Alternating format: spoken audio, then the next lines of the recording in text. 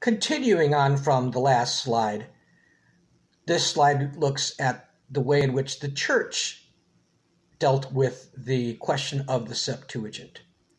The church, the Christian church, widespread and in various different iterations, generally accepted the Septuagint, the translation of the Old Testament into Greek, as its scripture. So in the New Testament, when you read a remark by an author that says, the scriptures said this, or have you not read in the scriptures, or some remark like that, it is a reference to the Old Testament and specifically to the Septuagint itself.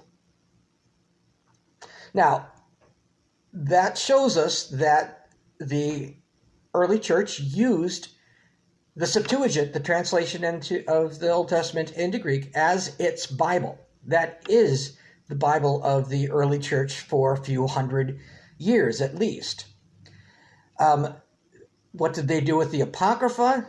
Well, they considered it to be scriptural, but not as authoritative as the rest of the Old Testament. So the portions of the Old Testament that were originally in Hebrew were considered to have full authority to help teach what Christianity is and guide Christian practice. The Apocrypha was given secondary authority. It was scripture, but it was not as authoritative as the rest of the Old Testament.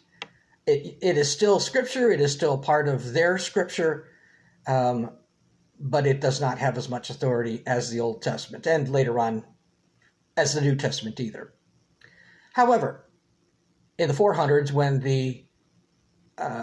the Bible is translated into Latin, which becomes the Vulgate, or the official translation into Latin by the church, then that Vulgate, the Latin translation, includes the Apocrypha. So all of the Old Testament, the New Testament, and the Apocrypha are translated into Latin, and they become what we call the Vulgate. And that is still the authoritative version of Scripture that many churches use.